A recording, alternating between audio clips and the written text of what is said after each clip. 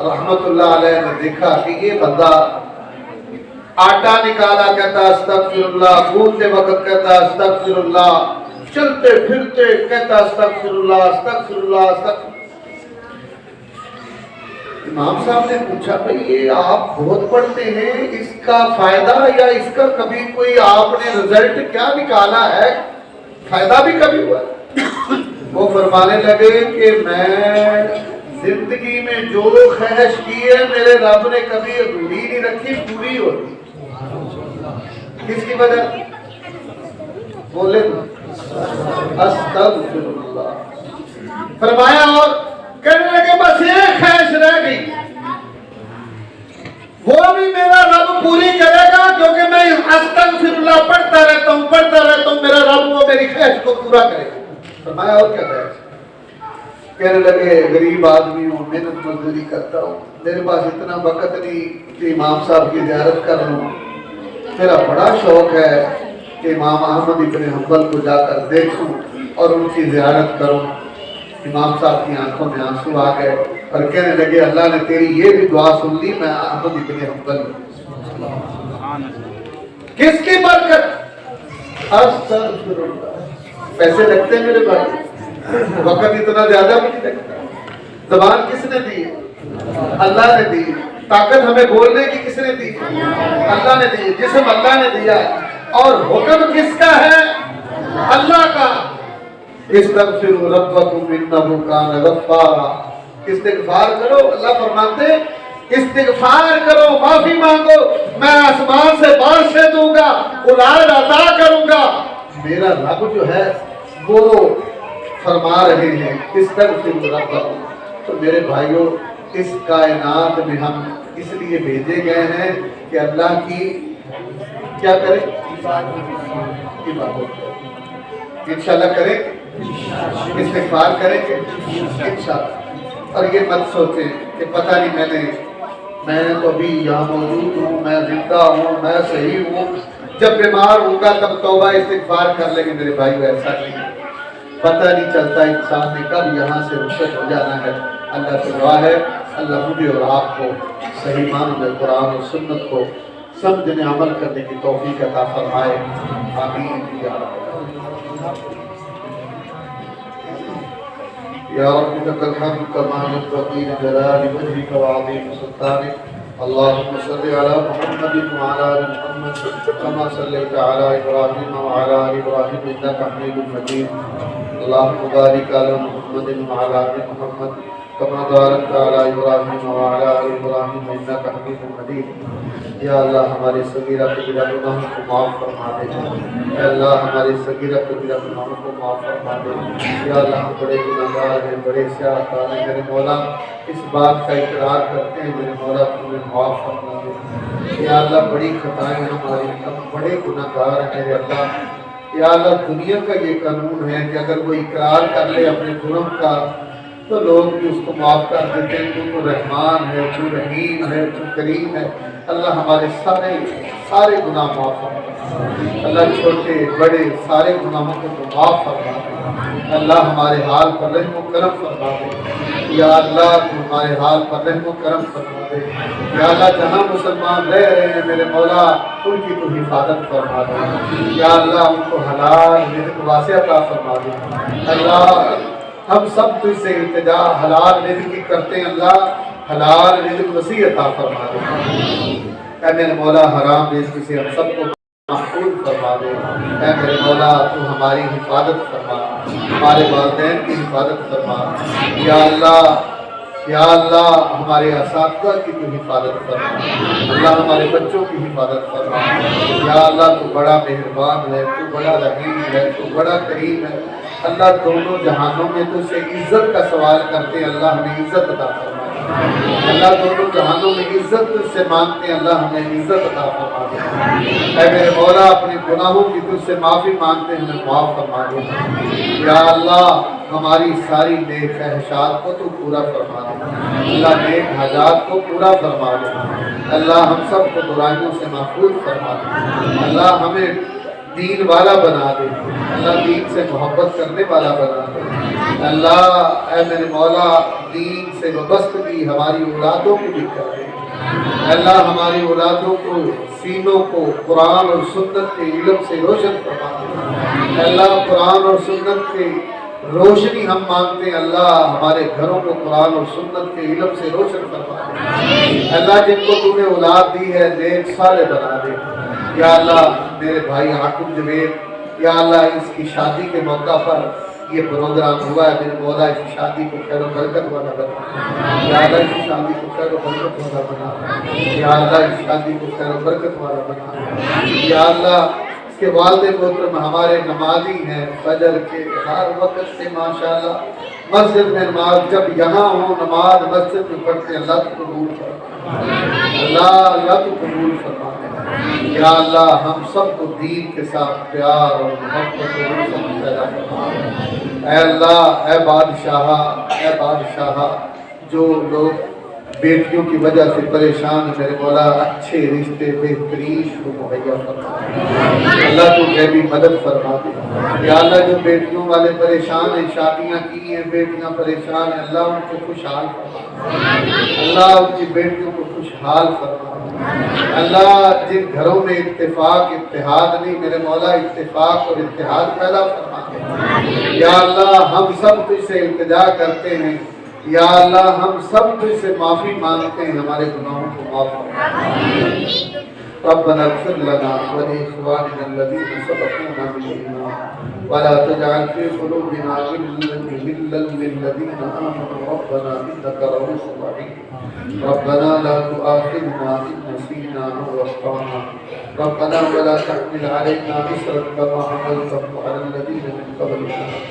ربنا ولا تحملنا ما لا طاقة لنا به واعف عنا واغفر لنا وارحمنا أنت مولانا فانصرنا على القوم الكافرين یا اللہ، ہم نے کہا ہے سنا ہے سنایا اللہ، عمل کی توفیق عطا فرما اے اللہ، جو بیان کرتے ہیں پھر خود اس پہ عمل نہیں کرتے میرے مولا، ان کے متعلق بڑی وعید ہے اللہ، ہم سب کو سننے والوں کو سنانے والوں کو عمل کی توفیق عطا فرما یا اللہ، عمل کی توفیق عطا فرما اللہ، ریاکاری جیسی بیماریوں سے ہم سب کو محفوظ فرما اللہ، حسد جیسی بیماریوں سے ہم سب کو محفوظ فرما یا اللہ، ہمارے سینوں کو صاف اور شفاف بنا اللہ، حسد کینہ غوبت ان بیماریوں کو ہمارے سینوں سے دور فرما یا اللہ، ہمیں صحیح مسلمان بنا یا اللہ، یہ بچے دیکھ کر میرا بڑا دل خوش ہوا مجھے امام صاحب کی خطیب صاحب کی محنت لگتی ہے یا اللہ، ان کی محنت کو قبول فرما مسجد خطیبوں سے آباد ہوا کرتے میرے مولا، جہاں پر بھی خطیب ہیں تو ان کی حفاظت فرما یا اللہ، جہاں تیرے گھر کے رکھوالے تیرے گھر میں تیرے ڈال کے بیٹھے ہوئے میرے مولا، ان کی ساری ضرورتوں کو پورا فرما یا اللہ، ان کی اولادوں کو آنکھوں کی ٹھنڈک بنا اے میرے مولا، اے بادشاہ، جہاں دینی مدارس ہیں تو ان کی حفاظت فرما اے اللہ، جہاں دینی ادارے ہیں وہاں مدرسین ہیں پڑھنے اور پڑھانے والے میرے مولا، کی ان کی حفاظت فرما یا اللہ، مدرسین کی ضرورتوں کو اپنی جناب سے پورا فرما یا اللہ، تو جانتا ہے تنخواہیں کتنی ہیں، تو ان کے اندر برکت عطا فرما یا اللہ، برکت عطا فرما یا اللہ، جتنے مدرسین ہیں ان کی ساری نیک حاجات کو پورا فرما یا اللہ، اپنے سب بندوں کی نیک حاجات کو پورا فرما ربنا آتنا فی الدنیا حسنۃ وفی الآخرۃ حسنۃ وقنا عذاب النار صلی اللہ تعالی علی خیر خلقہ محمد وعلی آلہ واصحابہ اجمعین۔ ابھی جاوید بنا روٹی کھا کے جائے گا۔